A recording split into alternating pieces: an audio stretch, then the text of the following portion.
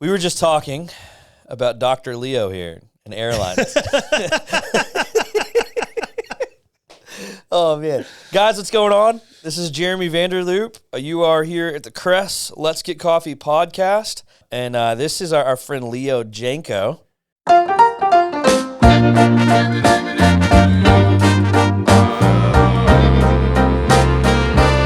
Not be fun. Yeah. But yeah, it'll be hard. But how that relates to crimes, and that's Bring it back. Bring it all back around. What a fun conversation to have. That is how I look at where how that influences social trends. And so if we talk about the housing, and homelessness has been outlawed in some areas because it's just, or not outlawed, but frowned upon, infractions. You can't put a tent on public land. Yeah. But all that starts coming up because of the economic situations. Mm-hmm. And that is where we base our social structure off of. And so that is where I see where crime is. So how we organize society and how we organize the economy and how the economy grows and behaves depends on the behaviors that will be forthcoming and what would probably be outlawed and accepted. So it becomes social because they're just trying to survive any means necessary. Yeah. A lot of times, right? When someone's committing a crime, they're doing it initially out of survival, and then they just don't know any other way. And then I believe human nature sinks in that once you start getting a little bit of power, absolute power corrupts absolutely. Mm-hmm. Right. And so you get these guys that then start running the streets, and they're natural entrepreneurs. They have this natural bend to them. And I would say, show me a really, really big drug dealer or someone who's running the streets, and I'll show you an entrepreneur without a mentor and without a father. Yep. And 10 times out of 10, I'll put money on him. The worst part is when people finally get the ability to gain money, they also abuse it. Yeah. Because they realize, I have these resources now. I don't want anyone else to use them. It's human nature. Yeah. It's more so the desire for power, right? And it's a cause and effect rather than a malicious intent of I'm intentionally choosing, I don't want anybody else to use this. It's fear-based. Well, when you get to a certain level, you realize the social structure, which is built, you realize you used to operate in the social structure. When you get to a certain amount of power, you realize, it's not the social structure I should be influencing. It should be the economic structure, because that's what everything is based off of. And when they see that, they want to keep that. And I think there's a dance to it as well. So I money, right, I think is a nail. It's all money is. It's a tool. It's a nail.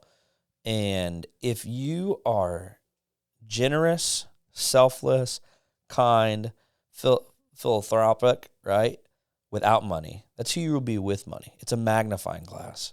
If you are greedy, power hungry, selfish, freaky, whatever you want to be without money, that's who you are going to be with money. And money simply magnifies the individual. In my belief, I think we have more of a heart issue than an economic issue, because when I sit down with one of my buddies who's a billionaire and I listen to his heart, he's doing a lot of good with his money. He's impacting and empowering a lot of people. He's doing more social justice with his position and power than the government could ever imagine, because he's more efficient at it. He's more proficient at it. And he's caring. But that's who he was before he had money. He was that type of individual. And my other friends that have, thousands of employees, they're amazing. But that's who they were before money. Then I sit with other guys that have made a boatload of money, and they're very destructive. They're very devious. They're all about control and power, but that's who they were before money. I would throw one curveball. Go ahead. And that's the latest issue. I think his name's Sam Berkman. Okay, yeah. The one, he was very generous with when he became a billionaire, but he committed crimes and fraud in order to get it. Sure. So for me, good intentions doesn't always, I do see how people behave differently outside their business. Yeah. There are very few people that I see can mesh those together. But if you want to look at politicians, yeah, why do they stay in office for so long? Why? wouldn't you want to Comfort. I mean, comfort. that's where they're at. Well, it's like, wouldn't you want to leave and then just enjoy your life and not be a public servant? Because it takes a lot. It does. So why does Nancy Pelosi, Mitch McConnell, Kevin McCarthy, Chuck Schumer? You want me to be honest? Why? They're honestly, they're not understanding seasons. No. Right? So there's seasons in everything. And my belief system says there's many teachers but few fathers, right? And so as a father of 4, my goal is when I'm 20 to act like a 20-year-old and to be just dreaming. And then in my 30s, I begin to act like I'm going to build a legacy, right? Mm-hmm. And then as I scale and grow, if you view it like plowing, right, and farming, for example, if I try to stay on the plow till I'm 80 years old, instead of teaching the next generation and giving up the power of the plow, and I begin to delegate that, and that they're going to do it differently than me, I begin to sit, because we do have a major crisis. When you got people that are 70s, 80s, almost late 70s still in power, that is an unbalanced position of someone who's not being a father, right? They're not thinking about the next generation. They're only trying to control what they can have, and they don't realize their mortality. And so they're trying, they literally are on death's doorstep, gripping because their full identity was not found in a prioritized life. Their identity was found in money, power, control, and that's just what you see. And so I think it's an unbalanced perspective of really coming back down to what I was originally talking about was the heart. They have an identity crisis. Their identity is now found in that position. Yes. Rather than found in who God created them to be, or found in just the seasons and where they're at. They feel like that they no longer have value if they're not in that position. And it's interesting because they preach about the next generation, but yet they won't step down and mentor the next generation to take over. It's fear. Yeah, it's fear. It's 100% fear. I mean, look at our current president right now. I'm sorry, but like even Trump, like the fact that they're over 70 and you're looking at this as a millennial looking at this, I'm going, you have no idea what my life is like. It's a separation. Yeah, there's a great divide, a great chasm. Yeah. Between it, and it's fear. And a lot of times it's, I think we're in a multi-generational run of PTSD caused by World War II and some of these other things that occurred. That the men came back from the war, a bunch of this other stuff was going on, and they didn't want to deal with their emotions of what they had seen, some of the trauma, and so they just put their heads down and started working and building what we have now in the through 40s, 50s, and 60s, and then the children responded through the 60s revolution, right? Mm-hmm. And now a lot of our leaders were part of that. And so they didn't have fathers. They didn't know how to pour into it. And so now they are literally at the helm, and the reality of what they've been fighting for is not going to happen in their generation, and I don't think they've caught on to that yet. So now they're trying to force it in, and when you try to force these things in, when they take 50 to 100 years, you break things and you shatter things. Have you ever jacked up a house before? Yes. Right? How do you jack up a house? Oh, I thought, for me, jacked up a house is a lot different connotation. No. Have you ever, I'm talking about more from like fixing a house, leveling a house. Oh, okay. No, I was thinking about, when you jack up a car. I shouldn't say jack up a car. Same thing. Car. But when you break something. When you Yeah, so that's what I'm talking about. So if you jack up the house the wrong way, you will actually jack up the house. Okay. Right? Yeah. And so what you have... that saying comes from? Probably. I don't know. But what you have to do is, a 1,000 square foot house weighs 60 tons, right? So 120,000 pounds. This is on average if it's traditional stick frame, right? Because that's when you have beam and piers. Beam and piers. I don't know what the other one was. So what you do is you take these 20,000 pound bottle jacks, right? And you have to distribute the weight evenly through these steel planks or wood. Because if you do it right on the beam, it'll just puncture right through it. But you have to do ever so much finessing. What you have to do is you have to go and you have to open up every window in the house, right? It takes time. It takes skill. You get really nervous because if I break this house, it's tens of thousands, not hundreds of thousands of dollars in damage because the house will collapse and it'll have to be torn down. And so when you get everything prepped the right way, and this is just a great analogy for how leaders have to think. They have to prep. And sometimes that preparation, you have to let the other generation actually do the jack, right? Yeah. And so, but you set a bottle jack on each side of the pier. Are you like this? Is this a good, you having fun? I'm slowly following. Okay, slowly following. And so I'm trying to paint this picture. And then what you do, you have all the windows open of this house. Mm-hmm. And the house is sagging, right? And Yeah. so you have to replace the wood, the structural beam, or just put like a shim underneath it. And this is a great analogy for what's going on in our government right now.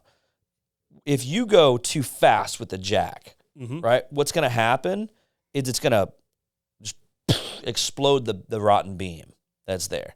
So you literally have to go one pump, one, and it takes a while. And if you're impatient, you try to go pop, pop, pop, pop, pop at the same time, the house has to stretch, but it's not made of stretching materials. The government has to stretch. Society has to stretch.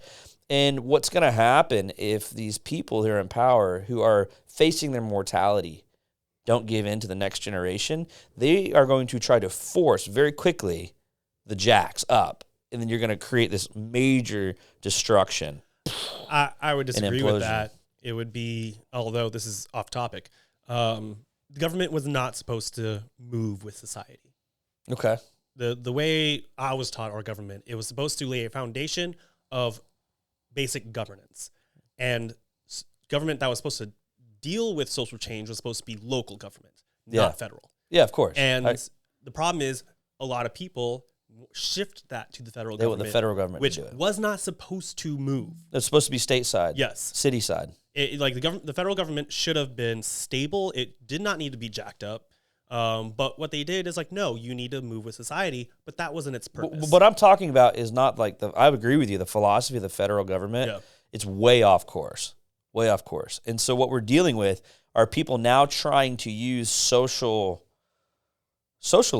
right, to a degree on social positions. Yes, socialism is not about social positions. Trying to maintain power. And I guess what my analogy was talking about is they're about to destroy the house.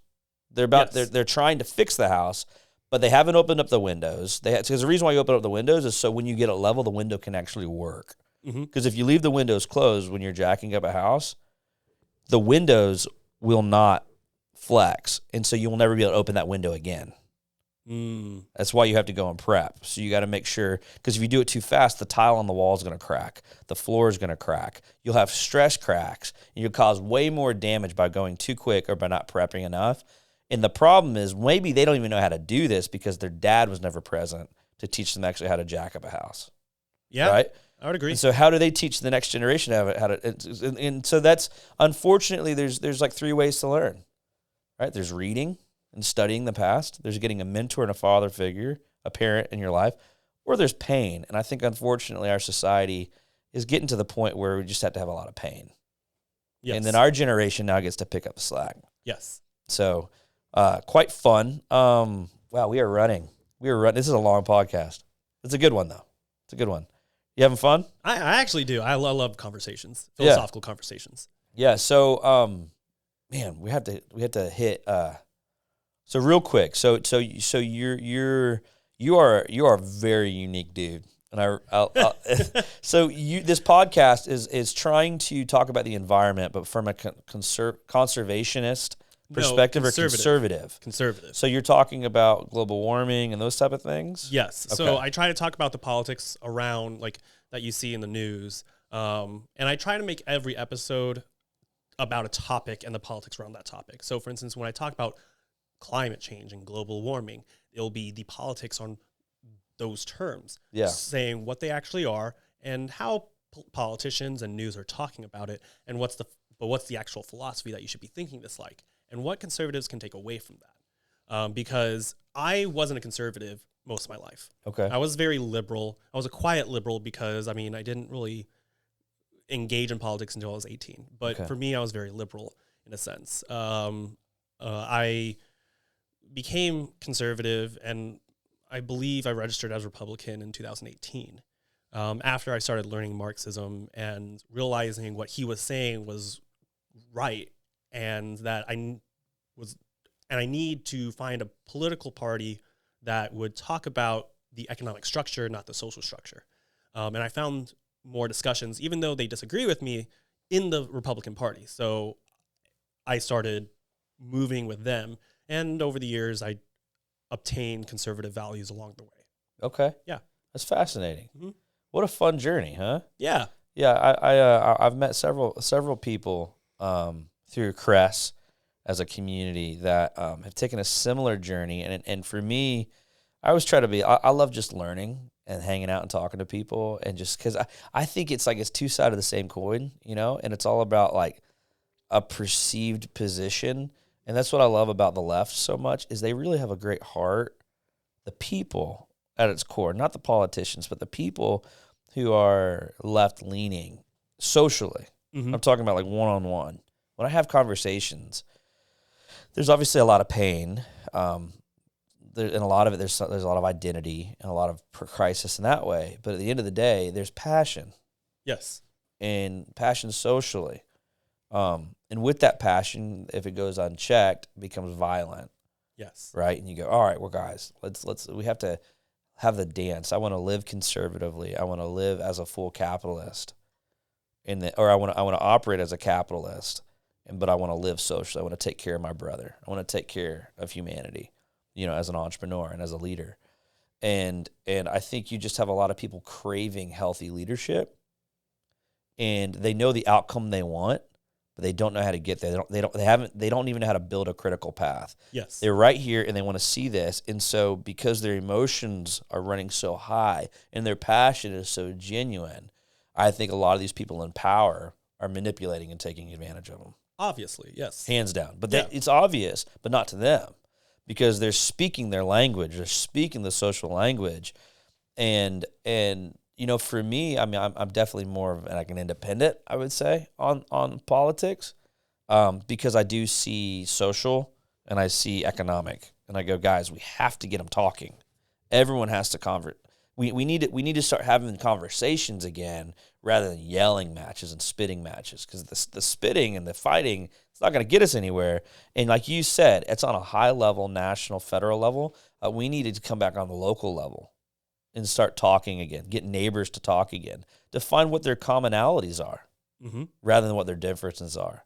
And that's honestly, from my heart, why I love Crass, is because I feel like we are the platform in the brick and mortar space for that. I know that's already happening. We're already having people achieve their dreams on both sides and forming nonpartisan organizations together as members here. I don't know. Did you know that happened? No. Yeah, that's already happened. I'm not on the entrepreneur side of Crest, so Yeah. But it's a cool thing to talk about. Then there were two people in politics that basically came together. One was on one part, and the other one was liberal, the other was conservative, and they actually started an organization together. Oh, nice. That's nonpartisan. They're two members here. So we're probably going to do a 2-part series on this episode, huh? What do you think, Ryan? Yeah, it's a long one. But the next, so kind of segueing in, what's the name of your podcast and where can people find it? So people can find it on various platforms, but the name is The Green Conversation. Is that the website, thegreenconversation.com? No, the website is leogenco.org. Leogenco.org. I have my personal website. Somebody had the .com already? No. Okay. But I did take that just in case. Oh, good. No, I did leogenco.org because I also have a professional life with academia. Yeah. And so I wanted to centralize everything with my research publications, who I am, and my podcast. Well, spell that out, because we're going to push this up on the video. So my website is leogenco at .org. It's not an email. Yeah. .org. So leogenco.org. Okay, .org. Yes. Awesome. So let's kind of segue in. Why did you join Cress? Honestly, Yeah, Travis. So this whole conversation, everyone's going to get so annoyed listening to these. He's always saying yes. This is all about. To be honest, so you joined. I joined Cress because of one of my for employees, Travis. because of Travis. Now, why did you join Cress for Travis? I know. I have a feeling why. I felt out of obligation. Did you really? Yes. Oh man, I got to give that kid a bonus. Yeah. He twisted your arm, huh? He didn't twist my I'm arm. kidding. I really enjoyed having a friend to see in the morning for coffee. You saw him when he was working for another company, Yes. for a coffee shop. And it was when he wasn't there anymore, I'm like, I don't have like these conversations that I used to. He's so good with conversations. And I was really looking for a friend in the city, because I usually have friends like more out of the city. So it was nice to have someone in the city. And when Travis moved and Cress, I was really hesitant to join, because I'm like, I just don't have the money. But I really wanted to support his entrepreneurship. So I joined for him. And so far it's been good. Yeah. So you joined because you knew Travis and you just loved having conversations with him. And the dude makes a mean cup of coffee. Yeah. Oh my his gosh, coffee is next level. And we're so honored to be a part of his life and support Intrepid Coffee Roasting as a young startup. And him and Ryan both have young companies, and that's an honor to support them in that as a little bit more senior entrepreneur, seasoned entrepreneur. So that's why you joined Crest. That's awesome. That's how it's relationships, right? 101. Yeah. What have you gotten out of Crest that you were not expecting to get out of Crest? So my initial point of Crest was to, like, since I wasn't really invested in Crest specifically, I was more with Travis. Yeah, it's okay. I became more critical of the environment, because if you wanted to do something good, it's like, all right, since I'm not looking at this like, oh, I want to enjoy this space, I just use the space and just see what was not working out for me, what was feeling uncomfortable, and just like, hey, this is what I'm experiencing. What I didn't expect was the opportunities and the environment that was given, which made me want to stick around. So I wanted to start a podcast. In my opinion, I would not have been able to fully launch my podcast successfully if I didn't join Crest. That's awesome. Because of the people, the mindset of the other members within Crest. Okay. What was the mindset you caught? I'm sorry. The business mindset. Okay. I'm not a business person. Yeah. I'm in academia. I don't know how to run a business. Yeah. So you had guys come alongside to help you with some, hey, you should look at this. And some business guys were helping you do this new venture of yours. Yes. So it was more like because I wasn't doing entrepreneurship specifically, like especially with real estate and all that, there was little I can take away. Oof. All right. But what really was important was the overall advice of how to start a business, how to start a product, and marketing, and how you should target, and just being around people that want to start something. I think people don't understand that when you're trying to be in a certain stage in life, you need similar mindsets around you, or you're going to lose sight of what you really wanted to do. Though other people in this club doesn't necessarily have a same perspective of, I want to do a podcast business. Podcast is more of a thing that helps their business. It was still a mindset where I feel like I can work on something here and not feel like I'm out of place in my life. And that's what Crest brought to me. And that's why I enjoy Crest now. That's why I will show people around who are new, who are waiting on others, like, oh, I'll just show you around while you wait.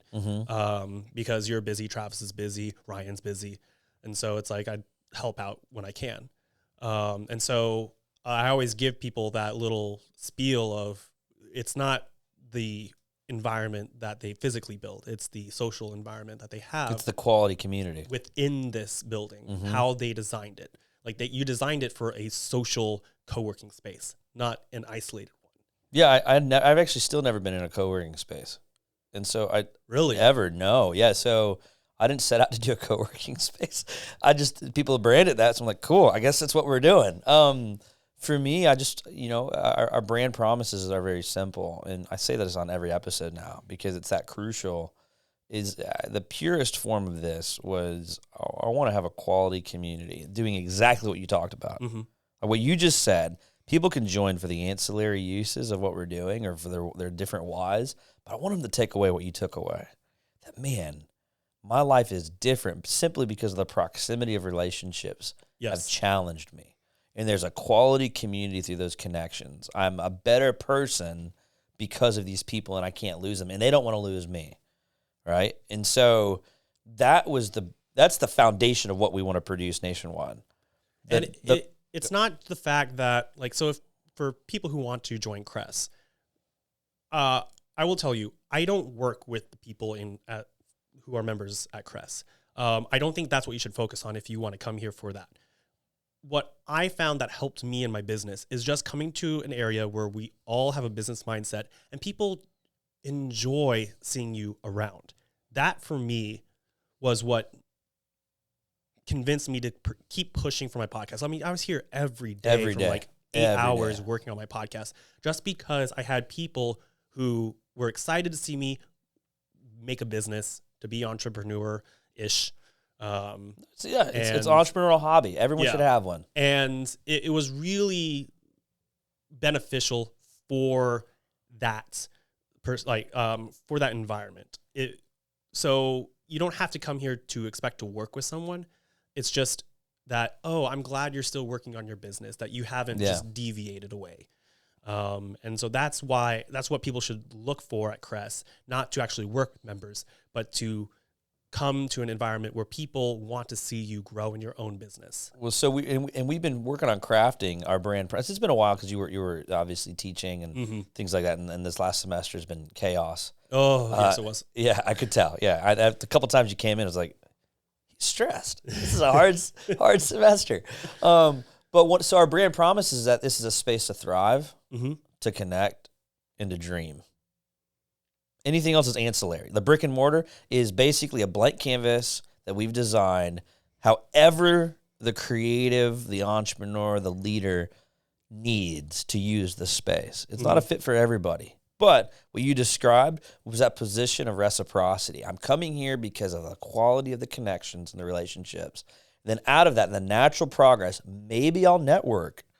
Yes. And then maybe we'll co-work and collaborate and actually do business together. But even if we don't, I'm still getting that quality of community. I'm encouraged, even if there's no synergy down here on the economic level, there's serendipity here in my own personal life and dream. Because people want to know like what you're doing, what business you're making, and people are invested in your story. That's awesome. Your own narrative. So it's a part of your narrative. And that's a great response, wasn't it, Ryan? Really good response. That's one of the best ones I've heard. Well, no, they've all been good. They've all been good. But that was I thought I was special. You're very special. That was the best one I've ever heard ever. I don't think there's going to be another one. Let's just stop these entirely. Let's stop these podcasts. So the third one, everyone gets really squirmy because they're having a good time here. But this is for me, like as a leader. And honestly, I want all of our members who are, every member here is a leader. They're creative, they're entrepreneurial. I think everyone has the ability to be an entrepreneur through hobby. Now, that doesn't mean you're going to derive your livelihood from your entrepreneurial pursuits. You need W-2s, right? Or as it doesn't work fully. So you're a great example of you're a professor with an entrepreneurial pursuit and hobby for a purpose. It's a purpose-driven entrepreneurial. Hopefully, it'll be my career. But hopefully, it'll be your career. But you are not the entrepreneur who's just full on yet. You're the entrepreneur who is in the academic, but your desire is to replace your W-2 earnings with your entrepreneurial pursuits. Yes. But it's a business with a purpose. It's purpose-driven first and foremost, and the profits are the benefits. Yes. Right? And that's exactly what we're trying to continually create here. And so, or not create, because you can't control it. This is what we're trying to continually foster and see what actually just happens. It's the great experiment. I have no clue what's going to come out of a day, but I just love watching it, and I love watching everyone thrive. It's just unbelievable for me to watch, to just see how you've grown, man, since we've met you, and the friendships we had members over at our house for Christmas Eve, right? It's like I didn't meet people within the last year. Now they're at my house for Christmas. I got one of our members who lives in our guest house, right? And you go, I didn't know you a year ago. Like, this is life. This is awesome community. And so I'm having the time of my life with this. Haven't made a dime, but I'm loving this. But it's so much fun. And so with that said, I just want to get better at serving our community as a leader, as an entrepreneur, as a CEO, an executive, but also just as an organization. So what I would love is, what could we do better? What are we failing at? What could we, maybe we're 50%, maybe we're 0. What could we do better? Brutal facts of producing a higher quality community and connections. What can we do better in your opinion? Have more activity of the founders. What does that mean? So one of the things that I noticed when I first started to come, there wasn't really even though people invested, there's no one here to foster the environment when you, Travis, Ryan are busy or are away. Okay. It just dies. And the founders who are investing in this, I understand they're very busy with their entrepreneurship, and so they come in every so often.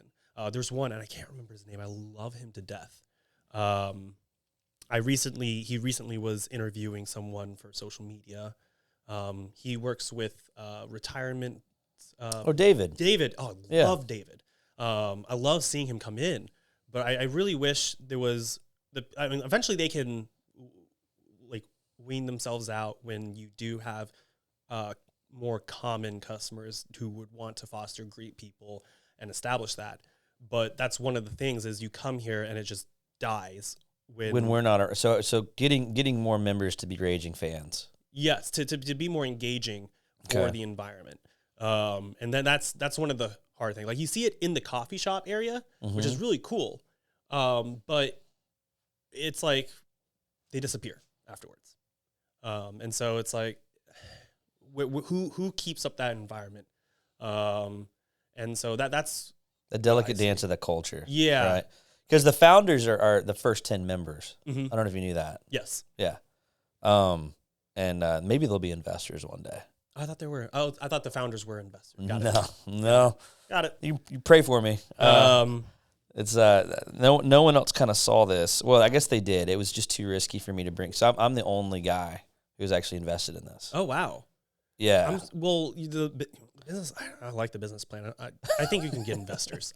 I think we could. We just haven't opened it up yet. We haven't opened it up to seed capital, or I want to prove the concept, and then as we do more. But you just hit on something. I want to kind of dive into that. How do I engage our members and replicate the culture within our members to do that? Because that's what that is, right? That is, I don't like pushing things on people. So even though I can give critique, I'm very cautious of how you should go about it because I don't like micromanaging. Yeah. If the founders or other members they need to be outside of the club, I'm okay with that. Because they have families, that's what they need to focus on. But it's how can you structure the space, whether that be hours of operation or who's here or what's going on, to maintain those open communication and relationships, like how you do your schedule, where certain days you just talk to members. And invest in people. And so trying to create that within CRES is it CRES or CRES? CRES. CRES. I always say CRES. I know, it's okay. I've never corrected it. And so, it's difficult because you want organic. You want it to be organic because if you force it, it's not going to be organic, and people are going to recognize that off the bat. That's why we're crawling. That's why That's why I'm actually slow to bring investors. Yes, you bring in investors, then they want speed of return, which we all do. But at the end of the day, it's slow and steady. Yeah. We're in the in crawl order to make stage. a culture, it's slow. It's painfully slow at times. Yeah. And so that's where I'm getting at. It's like maybe if you. I don't know if there's like how you recruit. Could we do members. like small group gatherings, masterminds, those type of things? Yeah. I love this because it's something that we were pondering even yesterday at lunch. Like, hey, how do we scale culture? Yeah. How did Publix do it? How did Chick-fil-A do it? How did these different guys do it? Mentorship that you went back to earlier on. Yeah. When we were talking, it's because if you don't have someone to mentor that environment and then have someone else take over, the culture's not going to grow. Yeah, it's not. You got to foster it because it's as we try to grow to 150 locations, right, in the next 10 years, the rapid growth is going to happen on the back end of that decade. And so what I'm hoping is in the next 3 to 5 years we can really, or the next 3 years we can really foster this kind of and thank you for that input because it's something that we're constantly, or I am constantly thinking about, right? And I'm having the time of my life doing this, but man, my life was a lot easier before I did this. Social relationships are hard. Yeah, well, it's more. This is a legacy play for me, right? I mean, real estate has benefited me really well. My family's changed our life, and I'm very good at it. very creative and do creative things that a lot of people don't know how to do. And I'm very blessed to be able to do that, and just the relationships in there. And that's what made me, and this culture here at Crest is what's made me successful. And that's what inspired this, was like, you know what, there's 10 of us that are doing this as friends. We got to share this with the world. And I had the crazy idea just to, hey, you know what, here's a real estate idea. But it's so much deeper than just the economics of it all. Yeah. Because if it was about the economics, this would have never existed. Well, you can also, I don't know how you recruit, but you can actually go out and try to recruit people who really do want that environment and will help with that environment. How do we do that? It's word of mouth right now. Strapped on cash, word of mouth, right?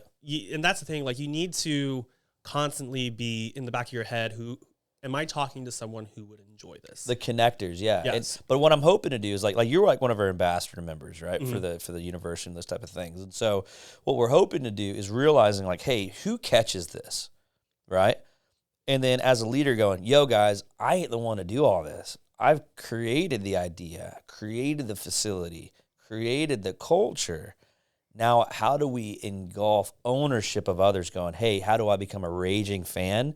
Because people need it. Because it's not for everybody. Like, we're trying to reach a very specific group of people that are thinking a certain way, that the creatives, the leaders, the entrepreneurs. So that it creates a tipping point. Friend here. So we did a Final Fantasy event in one of the I remember that. He loved it. Yeah. The problem is he lives in like way down yonder. Yeah. And so he even talked to his wife, and they said they just cannot spend the money and not have the opportunities throughout the week to come to the club. And that saddened me, but it's like the people I'm finding live outside of the city, unfortunately. Well, and our model is to fix that. I don't know if you know our model. Like, I created this wagon wheel model, and I've never talked about this on a podcast yet. So the scaling model that I want to try to do here, I don't know if I should talk about this publicly until I do it. Oh, maybe not. Maybe not. I don't know, maybe offline. But I basically, there's a connection point. I learned this model of scaling works because I did it. I built my national career while doing it. Oh. And so offline, I'll tell you about. But we're gonna do that. We're gonna take this to the people, and we're gonna I got a roadmap on how to do it, and I'm actually working on it right now. Yeah, because in the next year or two. I see so many people who are interested in Crez, but it's like because they live so far away, they can't engage. We have a 15-minute window, 15, 20-minute, and then anything that's more than 15 minutes. So we're identifying that through daily data drops. Be like, all right, who's staying, who's going, who's our fastest to this, to the close, who's, and just really from the heart of like, all right, how do we? Because at the end of the day, you can't do everything all at once. So you have to have a reality of like, this is my avatar. This is my farm, right? This circle. Who falls in this circle? That's who we're going after. But then who can we get as raging fans who will come out for one-off events, 45-minute drive, whatever. And then once we get enough of those, you go bang, bang, and I'm a speedboat, dude. Where a lot of these other guys they're cruise ships. They're all hanging out downtown. Yep. And we're just outside of downtown. So but I think we have a lot to offer, and I'm very excited for the momentum for members like you and the encouragement. It's what keeps me going, to be honest with you. I honestly think the 30-somethings are going to be your best bet. Demographically? Yeah, we're seeing that. Yeah, between 30 and 44. Yeah, the young people who want to start a business, who have the passion for it, and who want the connections to help them out. Yeah. But again, it's difficult to find who they are. Well, we're actually getting ready to, and because we're going to do 2 episodes on this, Ryan. This is going to be a 2-episode podcast. So which is great. Thank you. You just filled 2 calendar dates for us. Thank you, Leo. Yes. You're the man. So what we're looking at doing, because this is all strategy, economic strategy, entrepreneurial strategy. At the end of the day, I lost my thought. We are looking to add value to entrepreneurs, to creatives, to leaders, and our scaling position is going like, all right, we have to take this to these other people. Mm-hmm. And a lot of people don't have the resources or the knowledge base to actually start. And so in the last week, it's dawned on me that we're going to start a entrepreneurial internship program, which Ryan technically is the guinea pig. Ryan and Travis are. So they're basically like employees of Crest, but it's almost like an internship where I do like one-on-one coaching with them, teach them business planning, teach and give them some encouragement. Like we talked about the entrepreneurial jitters, right? And Ryan, one day you'll be on this podcast. We got to schedule you soon to sit here and we can talk because you're a member of Crest as well. And so doing that, and then also doing like a mastermind suite where like it's this 10 people that buy in, and then it's specifically education based. Then also like kind of cutting some courses out too, and carving courses to really try to get that cultural thing going. Because as we scale this, there's only so much of me that can go around, and so we'll have to shoot videos and courses. But the goal is not to be built on me. I'd like to just kind of disappear in the shadows, and even if no one knows who Jeremy is when this thing keeps going, I'm not doing this for namesake or name recognition. I really do have a passion. I want people, and so I've been pondering what you just said on how to do that. But it can't be on me, no, or my team. It's got to be on the community. One of the big things, if I have to reflect on myself of why I stuck with Crest, or like what are some characteristics, is we're at a we're gonna hour and 30 minutes. We're gonna have 2 45-minute episodes. All right, keep going. I'm very into. Huh? Oh, it's done. Oh, really? Nice, dude. Nice. So part of this is gonna have video. Part of it's not. It's okay. Subscribe if you want to see part 2. I'm independent. I am very independent in nature in what I do and how I do things. And so when I came to Crez, I took it on myself to learn it, to be a part of it. Yeah. And it is difficult to find independent people today. Because we are taught to be dependent on others and have others help us. While that's good in terms of doing business, you need to be independent in terms of your overall operations. And to find these super fans of Crest, I think you do the net widening. But when you find someone who's really independent and send them through a test trial different from everyone else, because they're the ones who are probably going to, on their own, start to engage in the culture, engage in the services, because they're the ones who are going to explore, while others, and unfortunately, this is a sad reality, others are just going to wait till others follow. Yeah. It's early adopters. Yeah. It's connectors. Yeah, you're absolutely right. Find the early adopters and let them loose. So that's some great suggestions. Yeah, you're the man, dude. That was really awesome. Well, guys, you're tuning into part 2 of my podcast with Leo Genco. He is awesome. He's a professor, Dr. Leo. Here, huh? Jenkins. Leo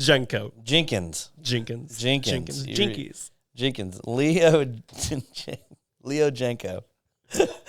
LeoGenco.org is the website. Check out his podcast. Have you written a book yet? I have a book proposal right now. I just sent it in. It's an academic book, unfortunately. So it's going to be written in a higher language of, I guess, English or intelligent. Science is its own language. Okay.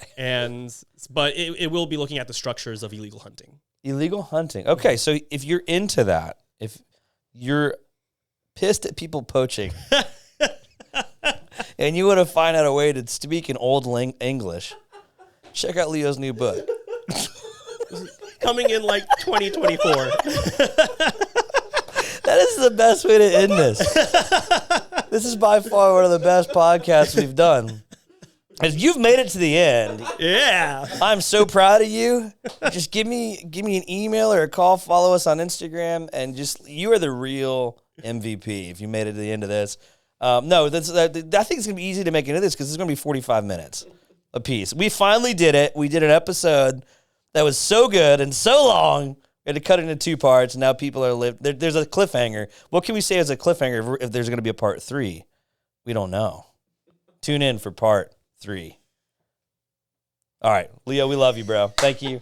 You're the man. Appreciate you coming out. You guys are awesome. See you soon. Let's get more coffee. See y'all.